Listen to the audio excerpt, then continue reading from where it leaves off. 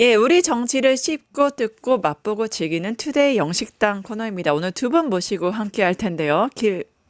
박영식 시사 에디터 이상민 PD와 함께 하겠습니다. 안녕하십니까? 네, 반갑습니다. 그는 오지 않았습니다. 네. 아, 그리고 아무도 없었다입니까? 네, 아니 그리고 지금 두 명이 있는 겁니다. 아, 그리고 지금 눈부신 두 명이 있다. 네, 김민하 든든합니다. 평론가님은 사실은 제 마음속에 있습니다. 아, 제 마음속에도 네, 있습니다. 네, 네. 네.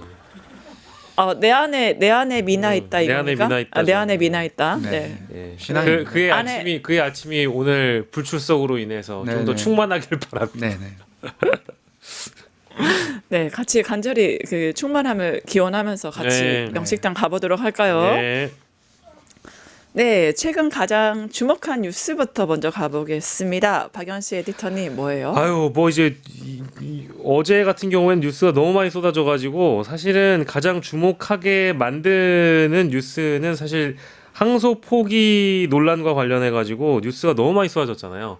도배하다시피 해가지고 사실은 이 얘기는 하고 싶지는 않은데 주목할 수밖에 없게 언론이 만드는 것 같고요. 그러니까요. 다만 이제 그 내용 중에 이제 조금 제가 안타까운 건 이제 언론에서 너무 이 몰수나 추징과 관련된 개념에 대해서 디테일하게 접근을 안 해주는 것 같아요. 그러니까 이제 검찰 그렇죠. 쪽 주장이라든지 뭐 당연히 뭐 변호사님이니까 너무 잘 아시겠습니다만은 몰수나 추징을 원래 이제 국가에서 한다라는 것이고 피해자가 뭐 없는 사례에서만 이제 해당되는 것이고 나머지 부분 또 민사로 지금 진행이 되고 있지 않습니까? 그럼에도 불구하고 막 제목을 보니까 7천 몇백억 막 이렇게 잡아놨더라고요. 자극적으로 잡고 이제 과장된 것도 많고 허위도 많죠. 그러니까 개발 행위 전체를 그 수익을 막 유동규하고 남욱이 전부 다 막 수천억 원대를 네, 다 가져간다. 해먹은 것처럼. 이렇게 해버리니까 이걸 설명을 되게 열심히 어제도 하루 종일 해왔는데 내용 자체가 워낙에 또 법률가 분들도 일일이 다 설명하기가 어려울 정도로 대중들이 이해하기 쉽게끔 설명하기도 시간이 막 방송에서 허락되지도 않는데 이게 비판을 하시는 쪽에서는 이거 지금 항소 포기로 인해 가지고 이 범죄자들이 개발 수익을 몇 천억을 가져간다 이렇게 막 공격만 일삼다 보니까 어제는 굉장히 어지럽더라고요. 네, 그래가지고 요 내용은 좀 여러분들이 잘 찾아보시면 물수나 추징에 대한 개념은 어제 법무부 장관도 잘 설명을 했고 일부 언론이 해설 기사를 잘 달아놨으니까 잘 좀 여러분들이 이해해 주셨으면 좋겠고 저는 뭐 아까 제일 충격적이었던 건 여인형 메모죠, 사실은. 여인형 메모는 이 막 김정은 휴양시설을 타격하려고 그랬고 막 이런 거 보면 이 전쟁광들이 대한민국을 네. 국민들의 이 생명을 볼모로 전쟁을 일으킬 뻔했다. 일어났으면 어쩔 뻔했냐 이런 생각이 들었습니다. 네.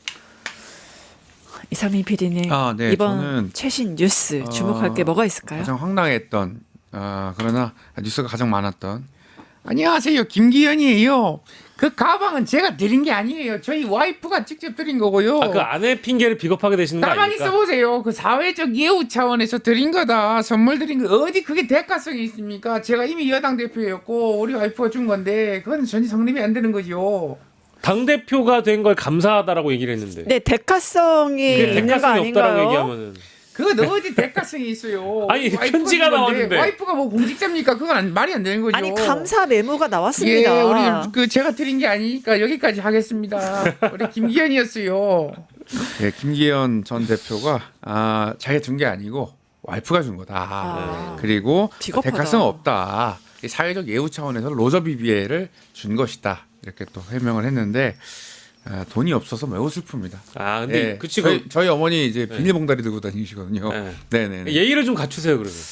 예의를 못 배운 건지 모르겠지만 우리 다 못 배운 사람들이라서. 이분은 좀 예의의 기준이 좀 독특한 것 같습니다. 그러니까 사회적으로 예의를 갖추려면은 뭔가를 꼭 선물을 해야만 예의를 갖출 수 있는 것이냐. 네, 혹시 사모님께 예의를 갖추셨습니까? 저 예의가 없습니다. 그래서 어제 네. 신지호 네. 전 의원인가요? 그분도 엄청 화를 내시더라고요. 그러니까 이제 유튜브에서나 가능한 정말 빡이 친다는 표현을 하면서 여기서 하셔도 돼요. 아니 어떻게 이런 표현을 할 수 있냐라면서 신지호 전 의원도 김기현 의원의 이 설명에 대해서 정말 빡이 친다라는 표현을 쓰시더라고요. 그러니까 이제 저도 이제 거기에 공감을 했는데 어차피 뒤에 가서 저희가 얘기를 할 주제였습니다만은 로저 비비에는 지금 2개가 가고 그 중에 하나에서 메모가 발견됐다라는 거잖아요. 네. 근데 거기 그 메모에 당 대표 만들어줘서 감사하다라는 거 아닙니까? 감사 편지가 있죠. 그게 대가인 거죠, 뭐. 네. 근데 이게 이제 법률적으로는 김건희 씨가 민간인이고 네. 그리고 김기현의 아내도 민간인이어서 네. 배우자들끼리 이 선물을 뭐 준 것이다, 받은 것이다 이러면 이게 범죄가 안 된다라는 주장을 또 어제 내내 하시는 분들이 대부분 이제 국민의힘 쪽 패널 분들이거든요. 공직자가 아니기 때문에 그죠. 뭘 해줄 수가 없다. 처벌이 안 된다는 거잖아요. 네. 근데 저는 참 이게 국민들이 보시기에 이 정도만 하더라도 이미 뇌물인데 이걸 뇌물이 아니라고 하는 세상이 참 전 답답합니다. 네, 뇌물이 사회적 예의라고 표현하는 네. 어처구니 없는 전직 당 대표의 이제 발언이었고요. 네. 나중에 뒤에 내용 좀 더 자세히 보도록 하겠습니다. 예, 정부와 서울시의 정면 대결. 종묘 그 이름 계속 나오고 있는데요. 여기에 대해서 김민석 총리까지 가세를 했습니다. 관련 영상부터 보실게요. 강도 함부로 지나가지 못할 정도의 길이 있는데 그렇습니다. 서양에 아덴의 파르테논 신전이 있다면은 동양엔 서울의 종묘가 있다. 바로 그냥 턱 하고 숨을 맞이하고 이곳에서 봤을 때는 그냥 확실하게 딱 막히는 기가 막히는 결과가 되었습니다. 서울시에서 일방적으로 밀어붙일 수 있는 사안도 아니고 오세훈 시장이 해야 할 일을 하지 않고 하지 말아야 할 일만 골라서 하고 있습니다. 네, 결국엔 김민석 총리 자체가 이제 서울의 종묘회 근처에 이렇게 고층 빌딩 들어서는 게 좀 맞는 거냐라고 하면서 그 의문을 제기하고 이거에 대해서는 그대로 추진하는 것보다는 국민적 공론화가 좀 필요하다 이런 식으로 얘기를 했어요. 어떻게 평가하십니까? 뭐 당연히 맞는 말씀이라고 저도 생각을 하고요. 그러니까 지금 이게 그 만약에 여기에 고층 건물이 세워진다라는 가정을 해가지고 종묘에 어느 정도로 이제 그림자가 생기느냐 이제 층 단위에서 좀 다르긴 합니다만은 네. 실제 이 고층 건물이 들어섰을 때를 가정해 보면 종묘가 het빛을 못 받는 그 상황이 될 수 있거든요. 네. 그러면은 이게 그 아까 이제 우리 유홍준 문화재청장이 국립중앙박물관관장이 설명 주신 것처럼 서울의 종묘가 아테네 파르테논 신전과 비교할 정도로 우리 깊은 문화유산임에도 불구하고 햇빛을 못 받는 상황이 될 수 있잖아요. 예. 그럼 이거는 서울시 차원에서 그렇지만 5,500만 국민이 종묘라는 거에 대한 역사적 의미를 어떻게 받아들이냐에 따라서 생각을 해본다면 이거는 그냥 이제 개발주의에 입각해가지고 이런 식으로 고층 건물을 결정할 수 있는 상황은 아닌 것 같고요. 그 첫 번째고요. 두 번째는 저희가 사법부 얘기를 참 방송에서 많이 하잖아요. 네. 근데 대법원은 어떻게 이런 판결을 할 수 있는가라는 저는 진짜 국민적 의구심이 있을 거라고 봅니다. 그러니까 이제 국민들이 그 어떤 일반 관점에 어느 정도의 공감대를 이 판결에 갖고 있는지는 잘 모르겠는데 사법부는 왜 이럴까에 대한 생각을 또 두 번째로 해보고요. 마지막으로는 오세훈 서울시장의 행정이라는 건 최근에 한강버스도 참 논란이었는데 연거푸 뭔가 시도하려고 하는 이 서울시의 행정이 사사건건 뭐랄까 이제 시민들이나 국민들의 마음을 좀 불편하게 한다라고 한다면 저는 뭐 지금 토론한다라는 거 아니에요? 오세훈 시장이 김민석 총리에게 토론하자고 제안을 했다는 거 아닙니까? 네. 이거는 뭐 어디까지나 이제 저기 지방선거가 코앞이기 때문에 정치인으로서의 하나의 선거 전략이기도 하긴 합니다만은 저는 공론화는 적어도 필요하다. 꼭 서울시장과 뭐 저기 국무총리 간의 토론이 중요한 게 아니고 이게 정말로 어느 정도 그 고층 건물을 세워서 종묘를 어둡게 만들려고 하는 것이냐에 대한 공론화와 논의는 필요하다는 생각입니다. 말씀하신 대로 프랑크 게리가 이거는 종묘를 보면서 뭐 파르테논 신전보다 더 위대하다라고 극찬했던 게 바로 종묘거든요. 이제 그 건물에 40층 이상의 고층 빌딩을 세운다. 그것 자체가 콘크리트 쓰레기를 세운다는 점에서 굉장히 좀 어메이징한 발상이고 공론화가 필요하다 보죠. 쓰레기라고 매도하려신 일은 아니고요. 정부가 나서서 서울시를 매도하고 있는데 여기 두 분도 매도하는 것 같다 이런 생각을 합니다. 그러면 이대로 서울시를 방치하자는 얘기인가요? 60년이 다 되도록 판잣집 폐허로 놔두는 거 이것도 정말 처참합니다. 종묘를 훼손한 일이 결단코 없습니다. 저층으로부터 고층 빌딩까지 이렇게 조망을 해가지고 단계적으로 조성한다는 게 이번 설계 아닌데 수십 층이 넘던데. 40층 단계적으로 이렇게 건물이잖아요. 조경을 이렇게 만들면 단계적으로 그건 갔다가 가능합니다. 계단이 많은 40몇 층을 만드는 거 아니에요? 이미 창경궁과 종묘를 잇는 사업을 제1기 사업 때 한 적이 있습니다. 그것도 공부하셨나요? 예? 이분도 토론을 좀 나오셨네요. 종묘는 유네스코 세계 유산입니다. 아시죠? 그걸 제가 모를 분명히 거라고 생각하시나요? 95년에 고층 건물 안 진다고 하셨는데. 종묘 앞에 고층 빌딩을 짓는 것이 그거 프레임이라고 생각합니다. 뭐? 종묘 앞에다가요. 고층 빌딩 숲을 짓는다라는 것 자체가 정치적 프레임이라고 말한다고요. 그 저기 한강버스는 요즘에 어떻습니까? 한강버스는 여기 제 가슴에 묻었습니다.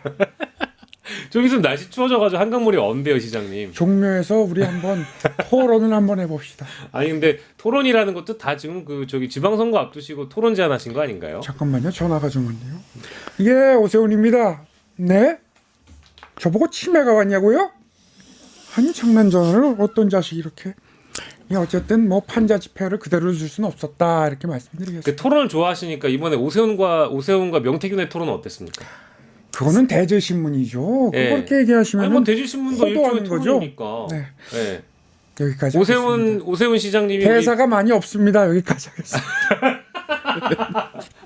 고맙습니다. 아니 근데 이제 오세훈 시장님이 이제 그 대질 조사를 명태균하고 받고 왔으니까 그때 그 토론은 명태균을 일단 이기고 오셔야지 다른 토론도 가능하지 않을까 그런 생각이 들었습니다. 네, 결국에는 정치적 목적으로서 이렇게 고층 빌딩을 세우는 게 아니냐, 이제 표를 위한 게 아니냐 그런 얘기들이 있는데 종묘의 순환 시대가 열렸다. 지금 계속 그게 지속되고 있다. 바로 김 총리도 얘기했어요. 그래서 이상민 PD님 어떻게 보세요? 이런 종묘의 순환에 대해서. 종묘의 순환에 대해서 근데 김건희도 이제 예. 종묘 차담회도 하고 이제 네. 오세훈도 이런 식으로 종묘를 유린하고 있잖아요, 지금.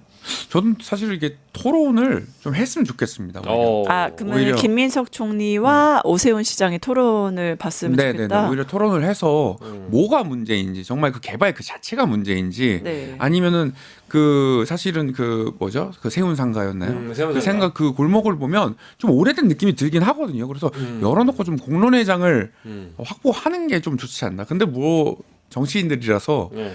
정치적 계산이 어느 정도 될까 그 고민을 할 것 같지만 그냥 보통 시민의 입장에서는 좀 토론을 하는 게 좀 낫지 않을까? 예. 맞습니다. 근데 이제 실제로 이제 공론화를 해서 뭐 이 세운상가의 낙후된 모습이 어느 정도 개발이 필요한 정도인지도 한번 판단을 받아봐야 된다는 생각도 저도 있는데 네. 다만 지금 이제 오세훈 시장은 얼마 전까지도 이 특검 조사를 받았던 또 피의자 신분이기 때문에 그렇죠. 그래서 이제 지방선거 전에 서울시장으로서의 행보를 더 가속화하는 것이 어찌 보면 선거 전략으로도 도움되지만 이 사법적인 이슈를 가리는 데 상당 부분 도움이 된다는 생각이 들어서 시선 돌리기용으로 토론을 제안했다고 보고 아마 이제 김민석 총리 입장에서도 토론을 하고 싶다고 하더라도 토론을 받을 수 있는 상황이 또 안 될 겁니다. 네. 왜냐하면 이게 또 한편으로는 이제 국무총리로서의 자리를 지키는 것이 이제 뭐랄까 좀 이상적이고 바람직하다라는 주변의 평가가 있었을 텐데 이렇게 전면적으로 토론에 나서게 되면 벌써부터 뭔가 이제 지방선거에 뛰어드는 느낌, 즉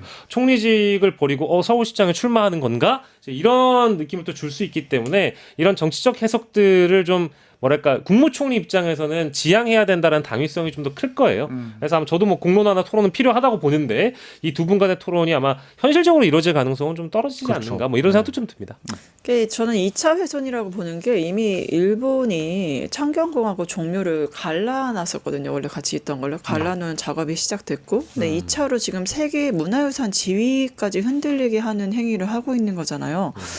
결국엔 오세훈 시장은 하지 말아야 될 일을 하는 그런 시장 아닙니까? 어떻게 보세요? 그러니까 뭐 이제 그 기존에 있었던 여러 시정들 대표적인 시정들을 보면은 실패 사례들이 많잖아요. 그리고 이게 지금 오세훈 시장이 벌써 서울시장을 4번 했나요? 제가 기억에 4번인가요? 2006년, 2010년, 네, 그 다음에 2021년, 2022년. 그거 4번이잖아요. 네. 그러니까 이제 5번째 오선 도전인 간다는 거죠. 거죠. 오선 도전인 건데 되게 하게 된다면 진짜 끔찍하다. 그동안 이제 오세훈 서울시장의 대표적인 어떤 행정의 성과 이런 것들이 국민들에게 뭔가 이명박 전 시장 때와 굳이 비교를 해보자면 그때와 비교를 했을 때 딱히 떨어지는 어떤 성과가 없긴 합니다. 그래서 그러니까 만들려고 이렇게 오버하는 거 아니에요? 한강 버스, 종묘 빌딩 이런 식으로. 지금. 그러니까 이제 만약에 만들 거면은 성과를 만들어낼 거라면 저는 눈에 확 띄거나 실제 시민들이 체감하고 공감할 수 있는 영역의 성과여야 되는데 그것이 좀 미진하지 않았는가라는 생각이 들고 뭐 멀리 가지 않아도 한강 버스에 대한 이제 이 사실상은 실패 사례라고 저는 봅니다만은 이것이 표에 도움될 가능성이 거의 제로에 가깝거든요. 이제 그러다 보니까 좀 더 또 다른 어떤 행정이나 시정을 부각시켜 가지고 띄우기를 하려고 하는 것은 어찌 보면 오세훈 시장으로서는 당연한 것일 수도 있겠다. 다만 여기에 들어가는 세금이라는 것은 예, 서울 시민들의 혈세일 것이다.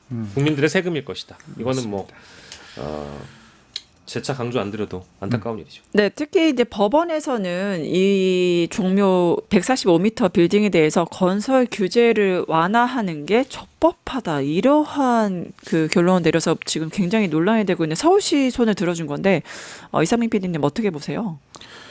뭐 법원의 판단도 있겠지만 사실은 이게 선거를 앞두고 있어서 법원의 판단보다도 너무 지나치게 좀 정쟁화되는 것도 있는 것 같고 저는 일단은 좀 아까도 말씀드렸다시피 좀 토론을 했으면 좋겠다. 토론을 했으면 좋겠습니다. 열린 네. 자세로 좀. 네. 네, 물론 안 하겠죠. 네, 근데 사법부는 정말 진짜 그 사사건건 뭐랄까 이게 발목을 잡는다라는 느낌이 드는 것 같아요. 최근에 이제 뭐 내란 사태뿐만 아니라 특히 이제 이번 이 종묘 논란과 관련해서도 사법부가 왜 이런 결정을 했을까? 그러니까 자연유산에 대한 이해를 판사님들이 제대로 하신 게 맞을까? 네. 종묘에 대한 이해도는 있는 것일까? 최소한의 공감은 있는 건가? 너무 기계적으로 어떤 법률이나 법리만을 놓고 해석했기 때문에 이런 결론이 내려진 건 아닌가라는 좀 아쉬움이 크고요.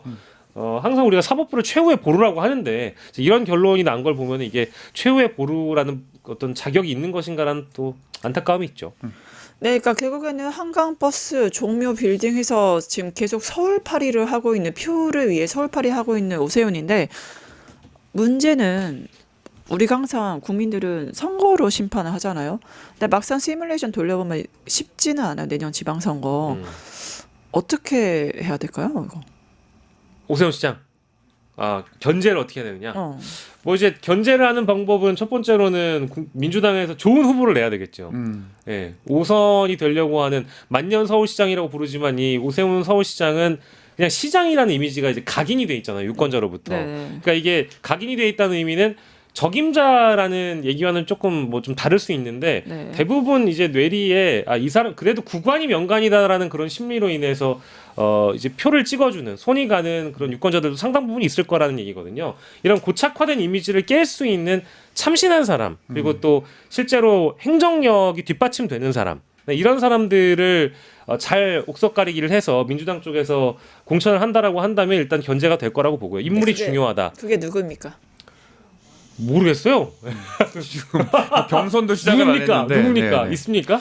어쨌든 오세훈 여기 중에 있나요? 네, 오세훈 서울시장. 이상민 PD님 준비하신 사람 중에 있나요 혹시? 누구 있을까요? 안녕하십니까. 아우. 제가 등장하기 때문에 저라고 말씀드릴 수 있겠지만 오세훈 시장 정말 똑바로 해. 물병을 물병 어디 갔어?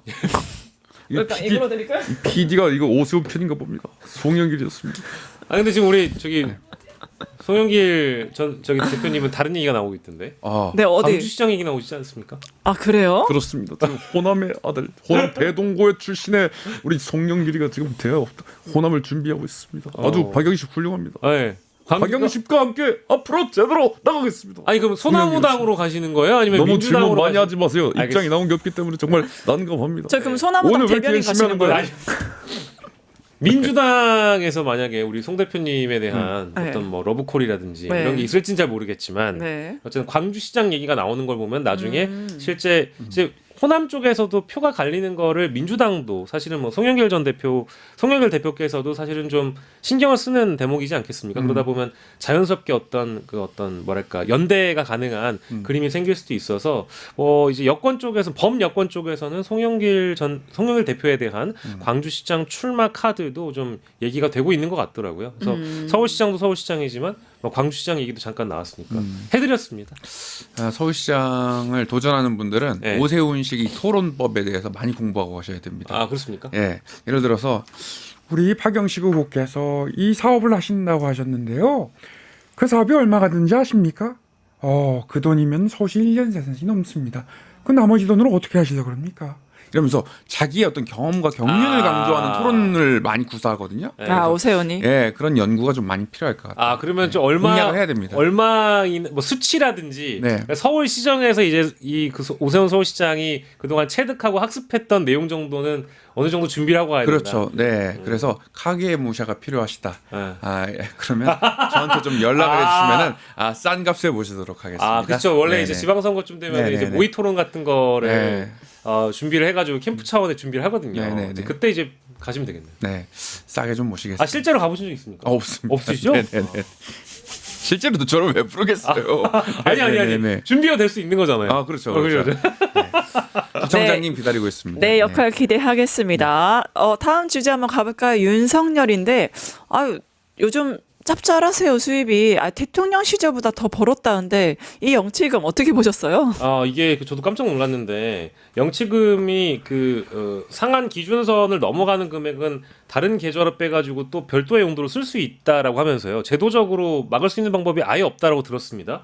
근데 이게 무려 서울구치소에 재수감되고 났을 거예요. 제가 알기로는. 네. 그러니까 1차 구속 말고 2차 구속이 되고 나서 재구속되고 나서 그 이후에 109일 동안 6억 5천만 원이 넘는 영치금을 받았다. 대통령 연금의 2.5배. 대통령보다 더 잘 버는 거네요. 그러니까 연봉이 윤석열 씨가 작년 기준으로 2억 3천인가요? 아마 그럴 겁니다. 근데 109일 만에 6억 5천이면은 400만 원인가 500만 원 선 기준 그 이외의 금액들은 개인 계좌로 빼가지고 변호사 비용으로 쓰거나 병원비로 썼다라는 네. 보도가 있는 걸 보니까 대통령 연봉의 2.5배. 그러니까 영치금의 한도가 400인데 네. 이거를 다 그때그때 빼서 했다는 알뜰히 지금 모은 것 같긴 합니다. 그러니까 6억 5천이라는 금액 중에 그냥 개인이 쓰는 용도라고 한다면 그걸 어떻게 할 수 있는 방법은 없겠지만 저는 제일 걱정되는 것은 이것이 이제 이 윤석열 개인의 용도로 쓰인 것을 넘어서 만약에 이제 주말에 열리고 있는 극우 집회의 자금줄이 될 가능성도 있는 거 아니냐. 그렇죠. 왜냐하면 이제 그들이 외치고 있는 메시지 중에 하나는 윤 어게인이라는 메시지가 늘 달려 있기 때문에 그리고 계엄을 정당화하고 윤석열이 돌아오길 바라는 사람들이 주가 돼서 주말에 보통 집회를 하고 있는 상황이기 때문에 이 정도의 금액 중에 일부가 만약에 이제 극우의 자금으로 쓰인다라고 한다면 그것만큼 심각한 게 없죠. 근데 정말 충격적입니다. 상대적으로 박탈감 느낄 만한 일이고요. 6억 5천이라는 금액은 이거 100일 동안 모을 수 있을까? 이거 계엄도 영치금을 모으는 것도 막상 해보면 별거 아닙니다. 아무것도 아닙니다. 영치금 짭짤하고만 안주가 따로 필요 없습니다. 요즘 같은 날에는. 전화 왔네. 여보. 나 돈 많이 벌었어. 여보는 얼마 벌었어? 뭐? 2,200만 원? 나 참 이거 그 준수한 남자한테 맡기라고. 나 참. 그렇습니다. 우리 여보는 돈을 많이 못 벌었네. 백만 벌었어. 네, 뭐 이제 구치소에 들어가셔가지고 유튜브 하시는 기분일 것 네. 같아요. 네, 그러니까요. 네, 그냥 그 재판도 가끔 나오고 그래서 구치소에 그냥 들어가만 있어도 자연스럽게 이제 중계가 되거나 소식들이 외부에 알려지니까 네. 슈퍼챗이 들어오지 않습니까? 영치금이 슈퍼챗인 거죠. 뭐. 예. 그래서 최근에 재판은 좀 자주 나오는 것 같습니다. 네네네. 나와서 네. 나와서 이야기. 돈 어게인입니다, 여러분. 돈이 최고야. 노후 마련해야지. 근데 이 분석에 저도 동의를 하는 게 나와가지고 얘기를 하면 할 때마다 아마도 네. 영치금이 늘어날 가능성도 있겠다. 왜냐하면 이게 그 구치소에서는 뭐 어떻게 지내는지 모르기 때문에 나와서 윤석열이 자신의 주장을 뭐 이제 그게 궤변이라고 저는 생각합니다만은 황당무계한 주장을 하거나 궤변을 늘어놓는다고 하더라도 윤석열을 응원하는 사람들은 대부분 윤석열의 영치금 계좌로 후원을 할 테니까 네. 나오면 나올수록 그 계좌 이거 나중에 지금 내년쯤 됐을 때 다시 한번 확인해봐야 될 것 같아요. 어느 정도 늘어났는지. 그러니까 이게 그 6억 5천이면 그리고 영치금 한도가 400이면 계산하면 180번 이상을 인출했다는 건데 참 부지런하기도 하고 무엇보다 그 돈을 벌고자 하는 의지도 대단한 것 같아요. 그 무엇보다 굉장히 열받는 게 김계리 변호사 뭐라고 했냐면 예전에 기억나세요? 돈도 없어서 지금 아무것도 못 사고 있다. 되게 엄청 불쌍한 척하면서 영치금 계좌 막 홍보하고 그랬었잖아요. 그랬더니 지금 이렇게 돈 많이 벌었거든요. 야, 캐리야. 그 건빵은 이제 홍삼 건빵으로 먹자. 보리 건빵 너무 물린다. 좀 값지게 살아야지. 네, 그렇습니다. 실제로 이제 보수 유튜브를 후원하는 분 중에 옛날에 보도를 봤는데 노령연금을 깨서 내시는 분들도 있고 생활을 정말 하기 힘들 정도로 궁핍하신 분들이 다 돈을 냈는데 요수 유튜버들은 정말 그 허랑방탕하게 좀 사용하는 모습을 좀 봤습니다. 그래서 윤석열도 아마 그러지 않을까라는 예측을 좀 해봅니다. 네. 그러니까 이게 이제 영치금 같은 경우에는 세부적인 내용을 실제 제출받게끔 만들거나 네. 이제 이 돈의 흐름이라는 게 어떻게 쓰이는지에 대한 그 조사 및 수사가 가능한 것인가에 대한 여부 그리고 뭐 실제 이제 영치금 같은 경우에도 아까 400만 원이 상한선이라고 말씀하셨죠. 네. 그러면은 그 상한선에 대한 부분도 좀 적절히 제어가 가능하게끔 제도적으로 좀 변경이 돼야 되지 않을까 이런 생각이 드는데 이게 네, 이제 워낙에 우리가 처음 겪는 일이잖아요. 네, 그렇죠. 처음 겪는 일이다 보니까 이제 초유의 사태들이 많이 발생해서 이거를 어떻게 대처를 해야 되는지 상당히 좀 골치 아픈 상황인데 국회에서 현실적인 좀 방법을 좀 마련했으면 전 차라리 윤석열이 유튜브를 데뷔하는 거 찬성합니다. 네? 예. 지금 구치소에 있는데 어떻게 유튜브를 나중에 이제 죄를 다 이제 네. 뉘우치고 유튜브 하는 거 찬성합니다. 그러면 보수 유튜브 한 절반은 사라질 거예요. 왜냐면은 직영 체제로 가기 때문에 가맹점들은 이제 살아남기가 힘듭니다. 네네. 해설을 해줄 필요가 없어요. 전환길 보고 있나 이거겠네요. 네네네. 전환길 씨 같은 분들은 다시 역사를 이러면 배워야 윤석열한테도 됩니다. 구글한테 했던 것처럼 좌파라고 욕할지도 모르겠어. 본인 돈 떨어지면 그렇죠. 네. 근데 네. 하지만 현실적으로 내란 수괴는 사형 아닌 무기징역밖에 없기 때문에 네. 그럴 가능성이 없겠네요. 네. 멀리 나가지 않겠습니다. 네네. 또 더맨더머 커플이잖아요. 윤석열 얘기해서 김건희 얘기하지 않을 수가 없는데 김기현 부인 감사 메모까지 주면서 감사 편지까지 주면서 가방을 갖다 바쳤다고 하죠.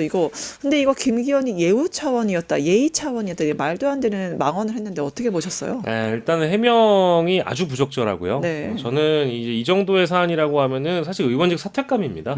이게 지금 저희가 다루고 있는 주제가 너무 방대해가지고 이 로저 비비의 사건이 자꾸 이제 묻히는 감이 있어요. 특히 어제 같은 경우에는 아마 김기현 의원이 상당히 만족했을 겁니다. 언론 지면에 자신의 기사를 찾아봐도 이 항소 포기 논란에 완전히 묻혀버리는 그런 상황이 됐거든요. 그래서 이제 이 주제는 시간이 날 때마다 꺼내가지고 다뤄줄 필요가 있다. 근데 이게 만약에 민주당에서 이런 일이 발생했다라는 가정을 한번 해볼게요. 그래서 전직 당대표가 김혜경 여사한테 명품 가방을 2차례 만약에 선물했다고 우리 가정을 하면 네. 국민의힘 지도부는 어떤 얘기를 했을까요? 탄핵 얘기겠죠. 탄핵 얘기를 했거나 아니면 뭐 국정조사든 뭐든 뭐 특검이든 뭐든 다 꺼내고 얘기했죠. 그 선물을 전달했던 주체에게는 당연히 이 사퇴 요구를 하거나 당연하죠. 이제 정치계를 떠나라. 이렇게 정치권을 떠나라라는 그 요구를 했을 겁니다. 동일한 요구를 할 수밖에 없는 상황이고요. 그러니까 이게 너무 아무렇지 않게끔 받아들여지는 지금의 상황이 너무 개탄스럽고 이게 어디 조선일보였나요? 어제 보도를 보니까 명품들의 이름을 김건희가 받은 걸 다 나열을 했더라고요. 네. 근데 이제 중요한 건 나무 위키처럼. 네, 근데 이게 끝이 아니라는 겁니다. 네. 제가 생각하기에 이게 끝이 아니고 아마 더 있을 겁니다. 추가적인 명품이라든지 보석류가 나오게 되면 우린 또 그 이름을 아마 외워야 될 거고요. 뭐 그런 상황이 되겠죠. 그래서 안타깝고요. 이제 국민의힘 차원에서 장동혁 대표가 어떻게 대처를 하는가가 이제 좀 중요하다고 보는데, 뭐 이제 이런 상황에 징계를 하거나 지도부가 이 문제에 대해서 논의를 해주는 모습을 보여준다라고 하면 그나마 좀 평가가 가능할 텐데 국민의힘은 지도부는 특히 그런 움직임을 보여주지 않을 것이다. 뭐 그렇게 예상해 봅니다. 결국에는 그 윤석열 때문에 전 국민 듣기 평가를 했고 지금 김건희 때문에 전 국민 명품 공부를 하고 있는 상황입니다. 근데 여기 박지원 의원 김기현의 그 태도에 대해서 분노를 하면서 왜 아내한테 더 덮어 씌우냐. 혹시 여자친구나 아내분이 있으시다면 본인이 한 일을 다 덮어 씌우시면 아내분이 어떻게 대응하실 것 같아요? 없기 때문에 그 전제가 성립하지 않아서 별도의 코멘트가 어렵습니다. 사회자가 굉장히 악의적이네요. 네네네. 사퇴하시길 바라겠습니다. 네. 앵커 자리에서 사퇴를 요구하시면 모두 물러나세요. 네, 그러면 기분만 나쁘고 이게 뭡니까 이게? 아니. 그러면 한번 시원하게 긁고 한번 긁고 시작을 해보면 그러면 이러한 김기현의 행태 어떻게 보세요? 아내한테 더 덮어 씌우는 김기현 행태. 대표는 절대 의원직을 사퇴하지 않을 겁니다. 저번에 본인이 당대표 시절에 재보궐선거가 열렸는데 참패했어요. 그래서 사람들이 재신을 해야 된다. 그만둬야 된다 했는데 김기현은 그러면 제가 그만둘게요. 제 페이스북에다 당대표직 사퇴를 하겠습니다. 이러고 국회의원직은 그대로 놔두고 당대표를 사퇴했던 그 사건이 있었기 때문에 국회의원직은 절대 던지지 않을 것이다. 이렇게 예측할 수가 있겠습니다. 네. 개인적 호기심 마지막 질문. 네. 아내한테 덮어 씌우면 어떻게 됩니까? 여기 물어봐야죠. 여기다 물어봐야죠. 네. 아내분이 어떻게 하실 것 같아요? 제 인생을 은퇴하게 될 거예요. 그러니까 이게는 이제 박지원 의원이 단독 생계로 가야죠. 이제. 비열하다 이런 표현을 쓰셨는데 비겁한 거죠, 사실은. 왜냐하면 이제 편지 내용이 다 나와 있는데 그거를 아내가 준 것으로만 퉁치고 넘어간다라는 게 이게 이제 2025년에 현실 정치를 임하시는 게다가 전직 당대표까지 했던 이 울산의 중진 아닙니까? 중진 의원이 이 정도의 해명밖에 못 한다라는 거는 저는 사실상의 이제 그 셀프 사형 선고라고 생각합니다. 그래서 이분이 아마 이제 앞으로 정치를 하시게 되면은 이 로저 비비의 사건과 관련된 끊임없는 질의를 받게 될 텐데 이게 뭐 얼굴이나 들고 다닐 수 있겠습니까? 네. 우선 집안에서 생존 못할 것 같긴 해요. 그렇죠. 예. 뭐 아내하고 논의해가지고 이런 결론 내렸다라고 하면 저 할 말 없는데요. 다만 이제 이걸 국회의원이잖아요. 아내랑 상의했을까요? 어떻게 몰래 했을까요? 어떻게 보세요? 덮어 씌우기. 네. 이렇게 해명하겠다고 허락은 받았겠죠, 적어도. 내가 이제 밖에다가 여보 내가 살려면 이 정도로는 해명을 해야 될 것 같다라고 허락이라도 받고 하지 않았겠습니까? 허락 안 받고 했으면 어떻게 될까요? 다시 얘기하지만 인생을 은퇴한다니까요. 아니 무슨 질문이 그래요? 인생을 은퇴한다니까요. 네네네. 네, 인생을 은퇴할 수도 있는 김기현 전 대표 얘기를 같이 나눠봤습니다. 지금까지 투데이 영식당 같이 해주신 두 분께 감사드립니다. 감사합니다. 감사합니다. 유튜브 구독하고 실시간 채팅과 댓글을 남기시면 매일매일 7천 TTCO를 드립니다. 참여 방법은 통통물 어플을 다운로드하고 회원가입과 로그인을 해주세요. 마이페이지에서 나의 회원 고유 번호를 복사해주세요. 유튜브 구독 후 실시간 채팅이나 댓글창에 고유 번호를 한 번만 입력하면 준비 끝! 지금 유튜브 채팅과 댓글 쓰기 참여하고 실천 TTCO 받아가세요.